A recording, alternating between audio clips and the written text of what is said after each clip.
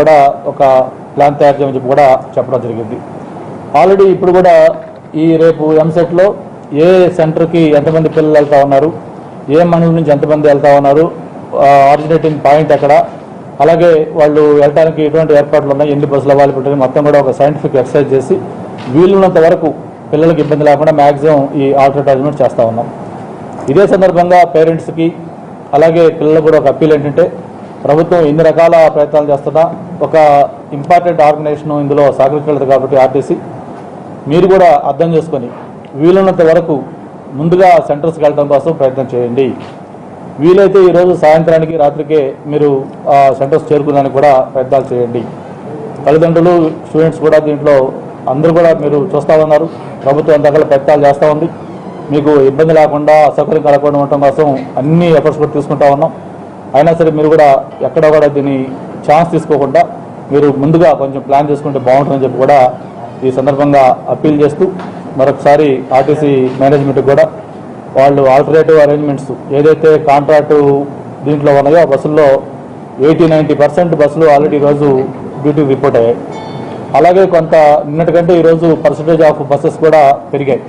డెఫినెట్గా ఈరోజు ఈవినింగ్ కల్లా ఇప్పుడే ఇంతకుముందే ఎండీ గారితో కూడా మాట్లాడడం జరిగింది. సాయంత్రం కల్లా ఇంప్రూవ్మెంట్ ఉంటుంది డెఫినెట్గా అని చెప్పి ఒక హోప్ఫుల్గా ఉన్నారు. వాటితో పాటు ఈ ప్రైవేట్ బస్సులు ఇవి కూడా మొత్తం పూల్ చేసి వీలున్నంత వరకు మ్యాక్సిమం ఇబ్బందులు లేకుండా ఈ ఏర్పాట్లు మాత్రం అన్ని కూడా చేస్తా ఉన్నాం. ఎంసెట్ మొత్తం 2,54,000 మంది స్టూడెంట్స్ హాజరవుతా ఉన్నారు.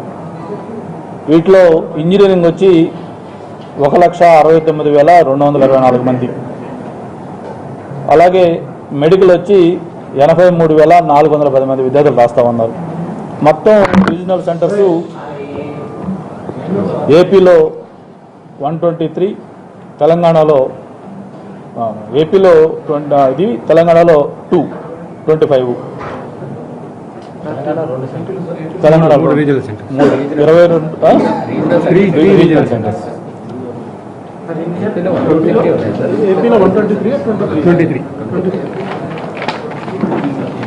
ఏపీలో 23 ఈ తర్వాత వీటితో పాటు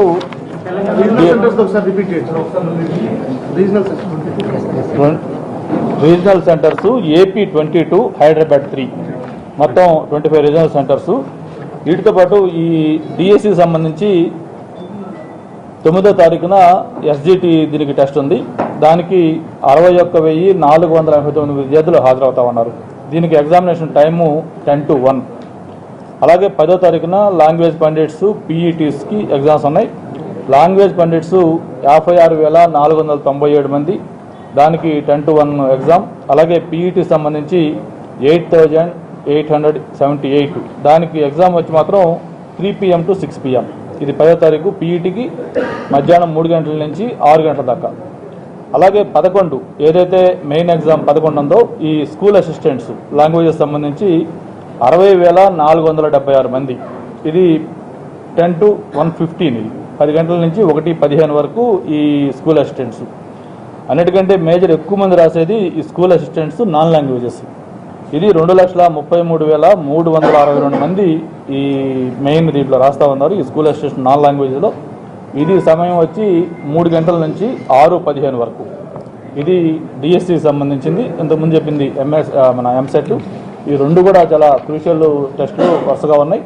ఈ సందర్భంగా ఈ ఏర్పాట్ల గురించి మీతో చెప్పండి. హైయర్ ఎడ్యుకేషన్ కౌన్సిల్ సరే, ఈ ఎంసెట్కి సంబంధించి బస్సులు లేవు కాబట్టి ఒకవేళ విద్యార్థులు ఆలస్యంగా వస్తే ఎలా చేస్తారా? 1 minute టైం లేదు.